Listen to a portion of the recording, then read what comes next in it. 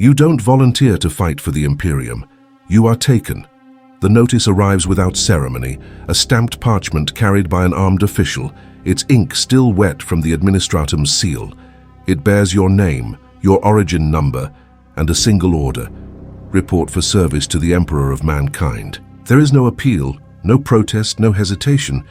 You could be a farmer, a worker, a clerk, or a miner, as it doesn't matter. The Imperium needs bodies more than it needs citizens, and in a galaxy of endless war, every world must pay its tithe of flesh. The day the draft comes, the air feels different. No one speaks.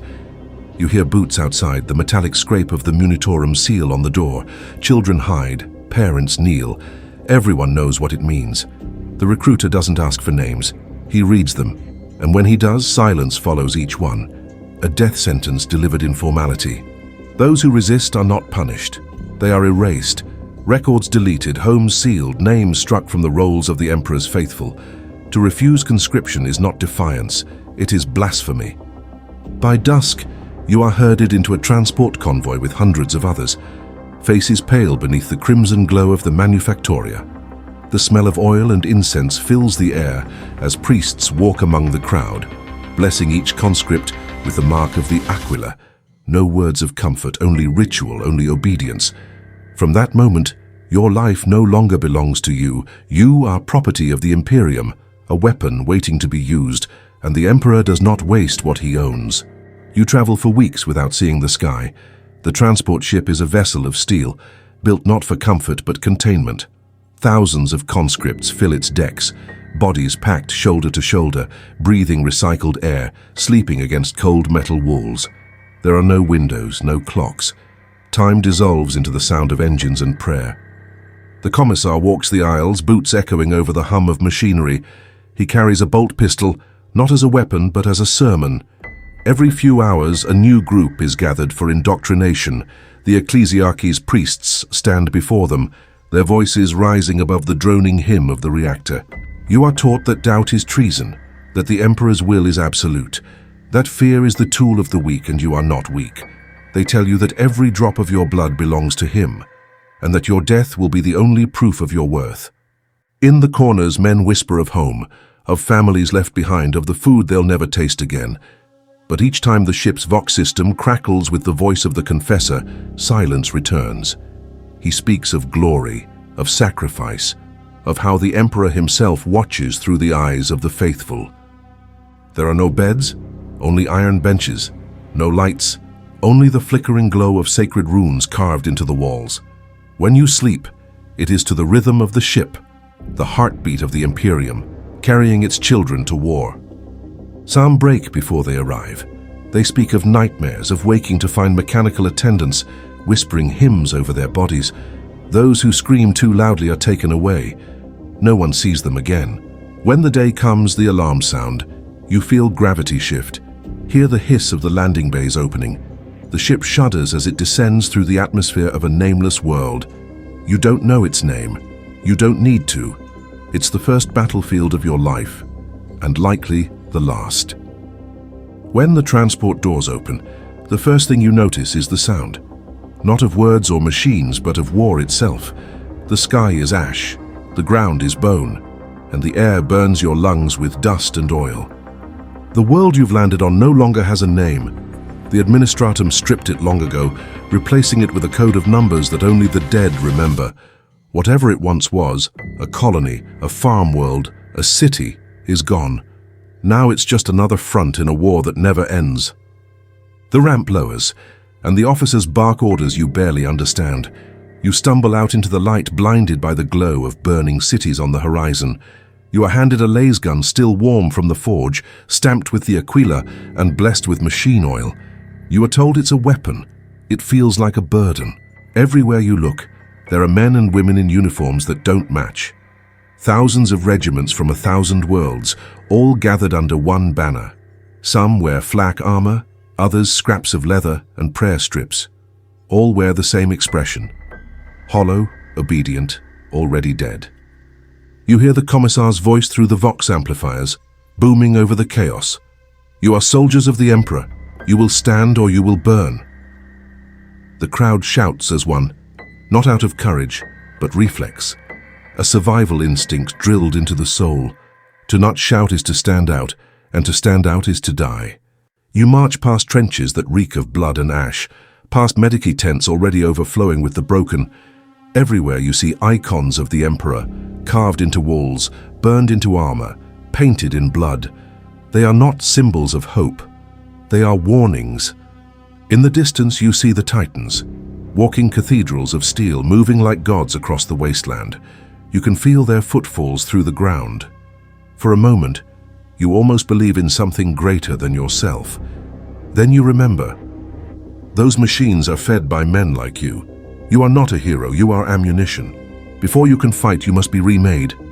The first day on the front is not about learning to kill, it's about learning to obey. You are led into a cavernous barracks carved into the bones of a ruined hive city. The air stinks of oil, sweat, and fear. Lines of recruits stand motionless as the drill abbots move between them, their voices like whips of iron and faith. Each carries a shock staff engraved with prayers. Each word they speak is law. Your name is taken from you. In its place you receive a number, a designation that will follow you until death or until the Administratum decides you no longer exist. You are stripped, scrubbed, and branded with the seal of your regiment. The flesh burns, but no one screams. Pain is expected, pain is loyalty. A preacher stands before you reciting the litany of service. He tells you that your life was meaningless before this moment, that the Emperor has lifted you from the filth of mortality and granted you purpose. He says your soul now belongs to him. Your body belongs to the Guard, and your death belongs to the Imperium. You repeat his words because silence invites punishment. The commissar watches from the shadows. He doesn't need to speak. The pistol at his hip says enough. You understand that mercy is not a concept here. Discipline is divine, and fear is the Emperor's gift to keep you pure. After the sermon, you are issued your gear. A flak vest patched more times than it was made, a dented helmet, and a lasgun with a broken safety. Each weapon is blessed by a tech priest who mutters binary prayers to wake the machine spirit inside. The weapon hums softly as if alive or hungry. Or, by nightfall, you stand in formation among hundreds, identical, nameless, replaceable. The stars above are silent, and you finally understand what the veterans meant when they said, "In the Guard, you die standing." The first battle is never forgotten, not because of glory, where there is none, but because it's the day you finally understand what the Imperium truly is. The order to advance comes before dawn. The sky is red, not from sunrise, but from fire. You march through mud thick with blood and machine oil. Every step sinks into the remains of the last regiment that walked this ground. The sergeants shout commands you barely hear over the roar of artillery. Each explosion feels like it's inside your skull. When the first shell lands nearby, the man beside you disappears, not killed, erased. There's no time to grieve. You step over what's left of him and keep moving because stopping is death. The enemy is never fully seen. Sometimes it's men, sometimes mutants, sometimes shapes that defy understanding. All you know is the target and the order to fire until your weapon burns your hands. You pull the trigger, again and again. You don't aim. You don't think. You simply follow the rhythm, the holy cadence of war.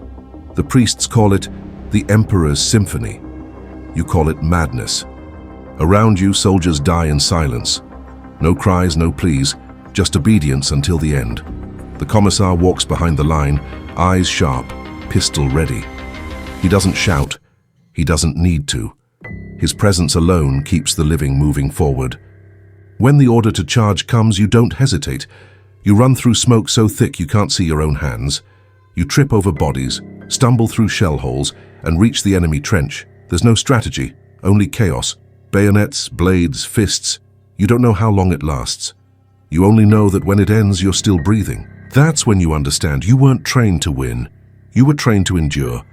Victory belongs to the officers, the Emperor, and the dead. Survival belongs to no one. After the first battle, something in you changes. You stop waiting for orders, because you already know what they'll be. Advance. Fire. Die. The priests call this discipline. The commissars call it loyalty. But deep down, you understand the truth. It's surrender. You stop asking why you fight. The reason no longer matters. It could be rebels, xenos, heretics, or demons. They all blur together. The Imperium tells you they are the enemy, and so they are. You learn to obey before you think, to shoot before you speak, to march before you breathe. In time, the man you were begins to fade, replaced by something colder, quieter, more efficient. You start to recognize the look in the other's eyes, the hollow calm of those who've seen too much and understood too little. They say the Emperor protects. You nod, but you no longer know if you believe it, or if you're just afraid not to. The Commissar's presence becomes a comfort of sorts, not because you trust him, but because his gun promises a clean death.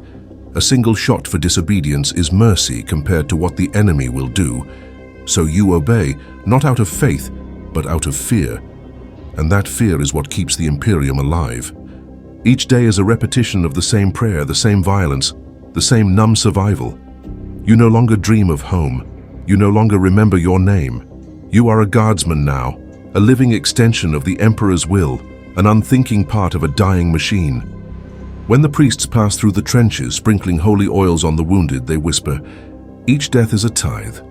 And you understand, finally, that obedience is the only currency that still has value. In the Imperium, machines are not built, they are born. You learn this quickly. The tanks you march beside, the aircraft that scream overhead, even the rifles you carry, they all have names, spirits, and tempers. They are ancient, older than your entire world, and they are worshipped more faithfully than most men ever were. Before every battle, the tech priests arrive, red robes sweeping through the mud like blood flowing downhill. They chant in a language you don't understand, strings of binary code and scripture woven together into something halfway between prayer and command. They anoint the armor with sacred oils, attach purity seals, and whisper blessings to the machine spirits within. Only then may the weapons fire. Only then may the tanks move. To the Mechanicus, each spark of life within a machine is a fragment of the divine, a gift from the Omnissiah himself. To you, it's just another reminder that even the tools of war are holier than the men who wield them. Sometimes you watch them work, their faces hidden behind masks of iron, their voices distorted by static, their movements mechanical and ritualized. They do not see soldiers as comrades, only as caretakers for sacred engines. If your lasgun fails, it's not repaired, it's exorcised. If a tank stops moving, the driver doesn't fix it, he confesses. And you begin to wonder, if a machine can be blessed, if metal can have a soul, what does that make you? Flesh that bleeds, breaks, and rots, yet is deemed impure. You realize that faith in the Imperium is not meant to lift you up.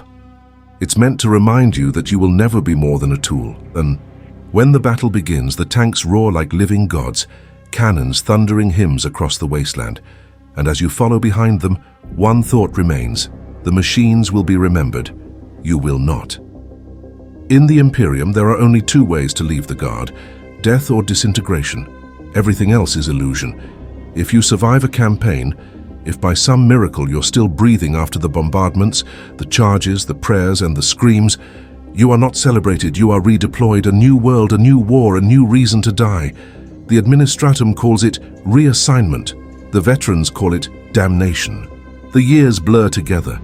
You forget where you fought, what you fought, and why. Your scars outnumber your memories.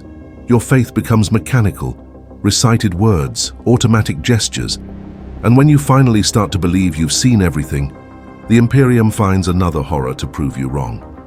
Sometimes soldiers are declared too broken to continue. They are called invalids of the Emperor. They are sent to shrine worlds or manufactoria, where they spend the rest of their days maintaining war machines or praying for those still fighting. Most never last long. Without the constant fear of death, they wither, like weapons left to rust. But most don't live long enough for that mercy. The guard has no retirement, no reward, no remembrance. Your service ends the moment your body stops being useful. When you fall, your name is entered into the rolls of the dead. Your identification tag is melted down. Your regiment number reassigned to the next recruit. No one mourns. No one remembers. Only the priests remain, reciting the same prayer they've spoken over every corpse since the dawn of the Imperium. The Emperor knows you. The Emperor judges you. The Emperor forgets you not. But you know the truth. The Emperor does not remember you. He cannot. You are one of billions, another life consumed in a war that will never end. Your blood feeds the machine. Your bones build the throne. Your soul fuels the silence that keeps humanity alive. And somewhere, on another world, another name is being read from a parchment. Another conscript steps forward, and the cycle begins again.